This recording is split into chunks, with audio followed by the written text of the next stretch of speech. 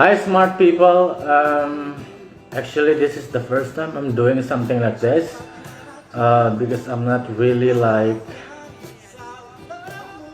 how do you say it, enjoy it making some content like this because I don't think this is kayak apa mengedukasi yang terlalu bagaimana gitu. Tapi I think I have to respond this terkait kasus kemarin yang smart people kalau masih ingat tentang kasus dengan Deddy Corbuzier di apa namanya di podcastnya dia bicara tentang di thumbnailnya aja tuh kita udah bisa baca ya, dia tulis apa namanya, orang gila bebas COVID. Oke, bebas COVID dengan tanda seru, so it's not a question mark ya, it's a statement. Oke. Itu yang pertama harus kita pahami dulu. Oke, kali ini gue mau bahas, pengen banget gue bahas tentang konten podcast tersebut dari Koh Deddy nih ya. Koh Deddy itu yang tadi udah gue bilang di thumbnailnya dia tulis orang gila bebas COVID. So as far as most of you probably know, ada 80 lebih organisasi cross disabilities. Ada juga dari komunitas kesehatan mental, lembaga bantuan hukum, sampai institusi rehabilitasi psikososial dari Rumah Sakit Jiwa Islam Klender. Juga 60 lebih perorangan. And then di somasi itu ada 3 yang kita quote, kita minta, oke?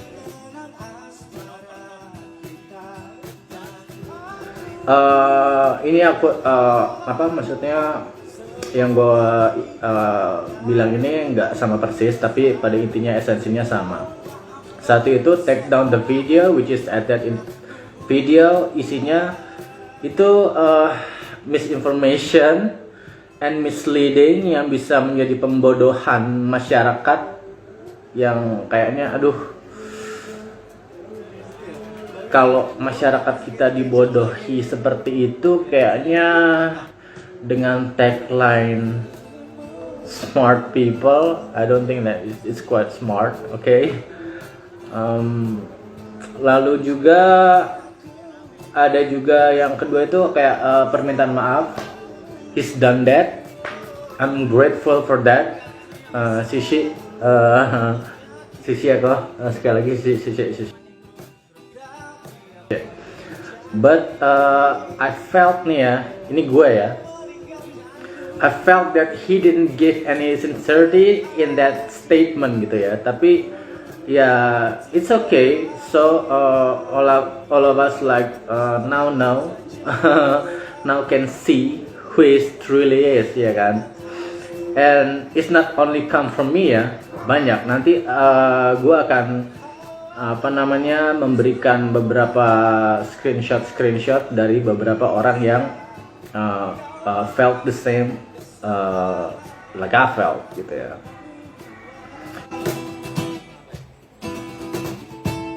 Mengapa kau begitu mudahnya berpikir hanya dalam waktu yang sekejap saja. Kau tahu hanya bibirmu yang bicara, namun hati kecilmu. 3 juga kan kita mengupayakan untuk menghentikan sirkulasi konflik ini nih, ya kan ya, supaya nggak kemana-mana gitu.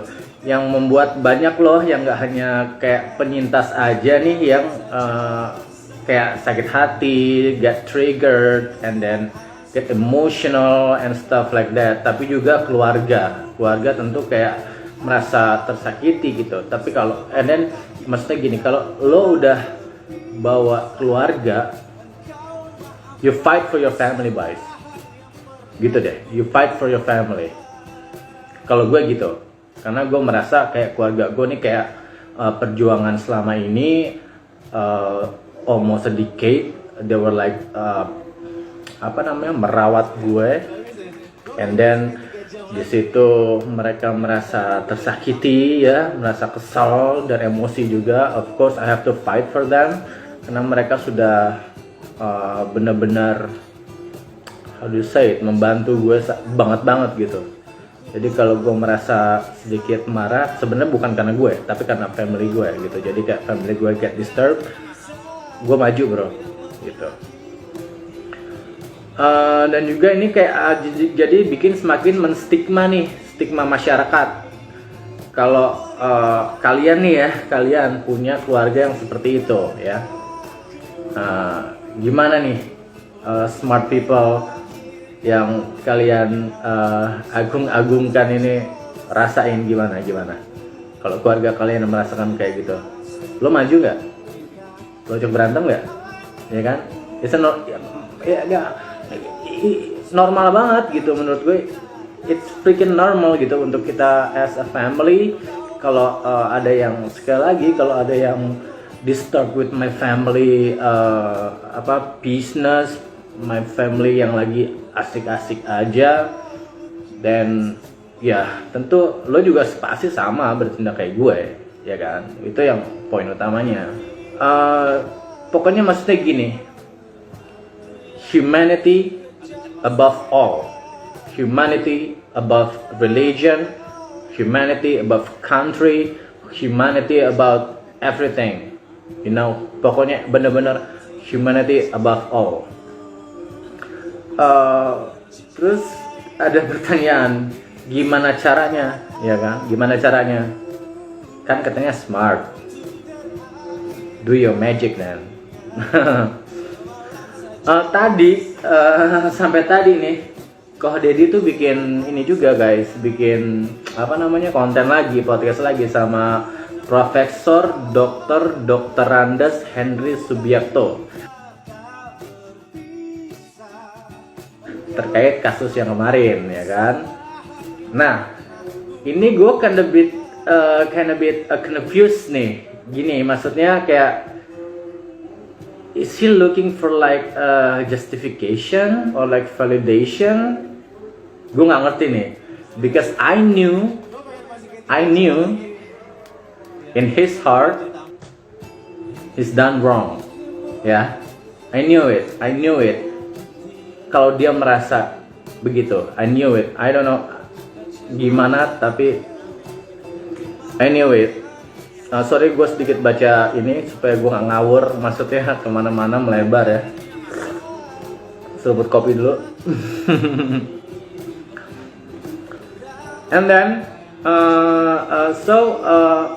because I think he knew that he done something wrong, so he need this, he need that. Ya kan? If he doesn't need that, untuk apa dia kayak make another content about it, ya kan? That's the logic, gitu aja. Kalau yang merasa oke aja kan kayaknya, I don't think you have to like expand it more gitu, ya kan? Tapi ya logiknya sih gitu. Dari penjelasan Profesor Henry tadi sendiri ya, tentang berita hoax nih yang gue underline ya, tentang apa tadi, berita hoax bisa diadukan deliknya, tapi yang bisa menimbulkan keonaran, konflik dan lain sebagainya. Walau ada penjelasan juga di situ, kalau keonarannya itu harus di dunia fisik guys, nggak bisa di dunia maya. Kalau di dunia maya kayaknya itu nggak bisa masuk dalam delik aduan atau apapun itu, nggak bisa, karena there's too much. Gue nggak bisa bilang many lagi, I think it's too much, it's uncountable gitu kan, udah terlalu banyak gitu. Dan ini harus untuk sampai ke dunia fisik. Oke, sekarang smart people ya. Sekarang siapa yang menjamin nih? Siapa yang bisa menjamin keonaran yang timbul di dunia maya tidak akan menyebabkan timbul juga di dunia nyata? Siapa yang bisa jamin? Contohnya udah banyak. Awalnya dari dunia maya, ya kan? Dari media sosial. Ending-endingnya kemana? Demo di sana, demo di sini, ya kan? Apalagi yang ini adalah yang kita bahas adalah orang dengan gangguan jiwa, ya kan? Yang kalau for me, I don't think I'm gonna do something like that. Yang kayak keonaran gitu, I don't think I'm gonna do something like that anymore. I've done that, tapi kayaknya gue nggak mungkin begitu lagi karena I've been stable, I've been pulih, bisa dibilang seperti itu, and then ya. Tapi kan gue nggak bisa mengeneralize, ya kan? Gue nggak bisa mengeneralize semua ODGJ sama kayak gue, nggak bisa. Karena gue tahu gue mendirikan sebuah komunitas sudah 8 tahun ini, yang itu macam-macam tuh. Walaupun kita punya satu what do you call it, satu diagnose yang sama gitu ya. Nggak apa-apa gue ngerokok ya, soalnya gue juga ngeliat di podcastnya dia juga boleh ngerokok, so why can't I, ya kan? Nah, gue juga merokok, dan ini sekali lagi gue tidak mewakili komunitas gue mewakili nama gue sendiri, Regi Pranoto, oke? Ya, gue tidak mewakili siapapun, gue mewakili diri gue sendiri. Kenapa gue merasa gue mewakili diri gue sendiri? Karena kemarin gue yang menyebutkan, gue yang membacakan somasi tersebut gitu. Misalkan nih, kan kalau misalkan yang tadi kita bilang masalah keonaran fisik harus di kayak dunia nyata gitu ya, di dunia nyata, and then kita berhubungan dengan ODGJ nih, ODGJ yang belum bisa meregulasi perasaannya, gitu ya. Bisa kebayang nggak sih kira-kira gimana perasaan mereka kalau mereka lagi ke-trigger? Kan nyilet-nyilet, ya kan? Itu di fisik dan di dunia nyata, ya kan? Atau misalkan mereka ke-trigger marah, terus keluar rumah nih, nusuk-nusuk siapapun itu. Ada kejadian tuh waktu Syekh itu ya, kalau nggak salah tuh ya, yang model kayak gitu, membuat keonaran kan. Nah, deliknya ada. Jadi itu menurut gue bisa kita kaji lagi dari tim kita, siap kok untuk mengkajinya dari sisi hukum tersebut. Yang agak aneh gini, yang bikin gue aneh ini kok wow gitu ya, S2 psikologi lulusan London. Tapi kenapa pikiran tidak sampai ke sana? Who am I? I'm nothing. Compared to you, I'm nothing. I don't have any PhD behind my name. Nggak punya gue. Gue hanya seorang survivor. Gue hanya seorang penyintas yang tadi pun hari ini gue habis juga terapi di RSJ Islam Klender.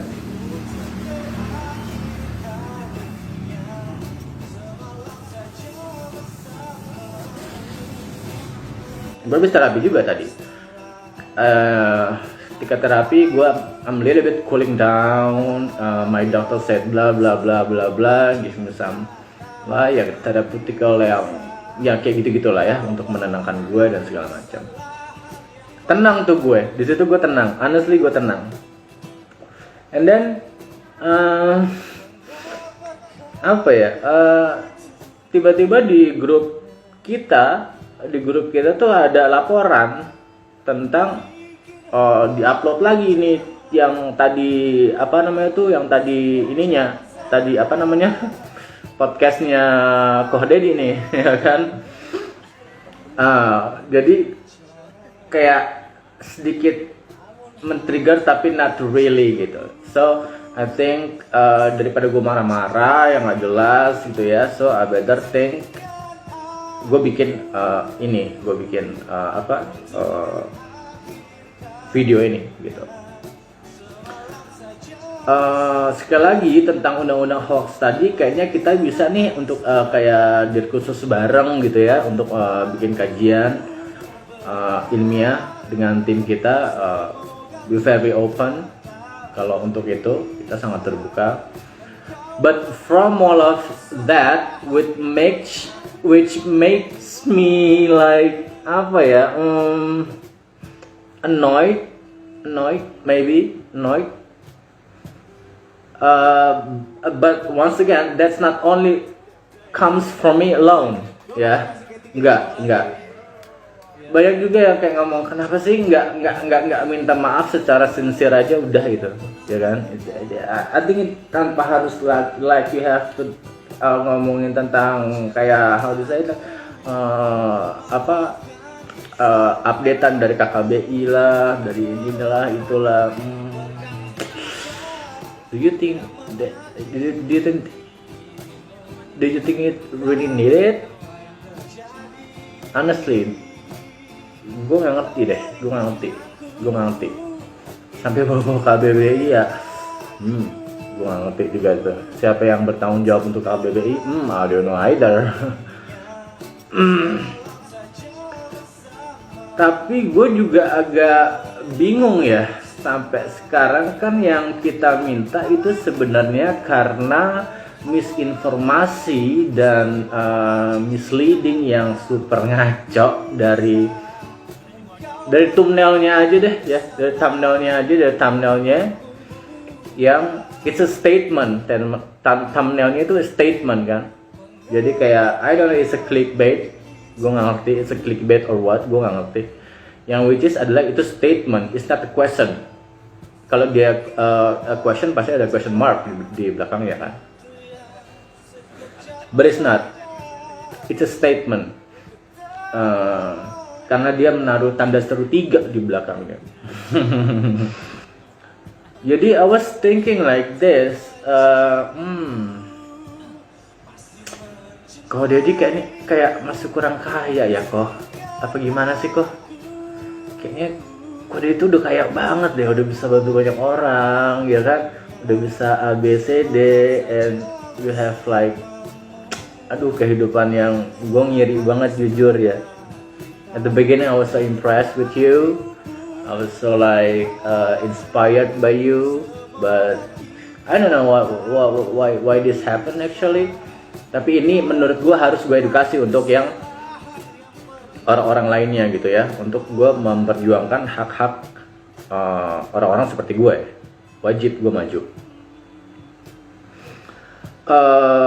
Oh iya juga nih, nanti akan gue kasih ini di atas ya, kayak screenshot. Gue agak bingung nih kenapa komen gue di IG-nya tuh di delete gitu. Gue bingung tuh. Dari Abu Janda kalau nggak salah, if I'm mistaken, dari Mas Permadi Arya or Arya Permadi, gitulah ya. Ya pokoknya si Abu Janda itu yang gue kenal. Nah, nih buat Mas Permadi nih ya, alias Abu Janda, gini loh Mas, dari literatur psikologi yang gue baca dan beberapa juga keterangan dari psikiater, psikolog, kalau does a person with a lack of empathy, there's something wrong with that person, kejiwaan. Mungkin bisa dicek sendiri Mas ke profesional gitu ya, buat kepastiannya aja. Karena kan gue nggak menuduh, gue juga nggak tahu gimana lo keseharian lo gimana, kan gue nggak tahu, gue nggak 24 jam juga ada di hidup lo kan, dan I'm not really following you anyway. Tapi yang gue tahu tuh cuman kalau masalah lo dengan urusan Pak D. Jokowi nih, presiden kita. Kalau ada apa-apa dengan presiden kita, lo maju paling depan. Nah, itu kita bisa tos dari jauh Mas, ya dari jauh aja. Dari jauh aja nih, maksudnya awas COVID ya kan. Gue yang dibilang gila bisa kena COVID juga Mas.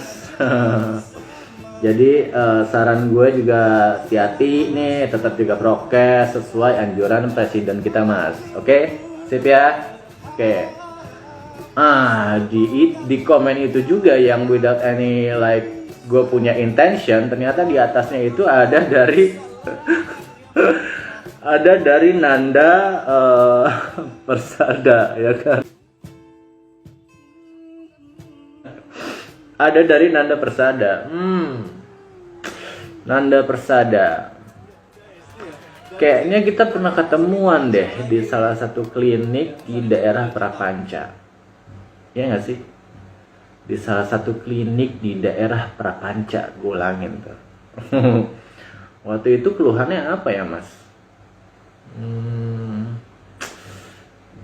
Gue lupa deh. Coba ingetin dong. Kalau nggak salah sih kita say hi loh waktu itu. Mungkin ya gue nggak ngerti. Makanya I was asking keluhannya apa, datang ke klinik di daerah Prapanca tersebut. So sekian aja dulu dari gue.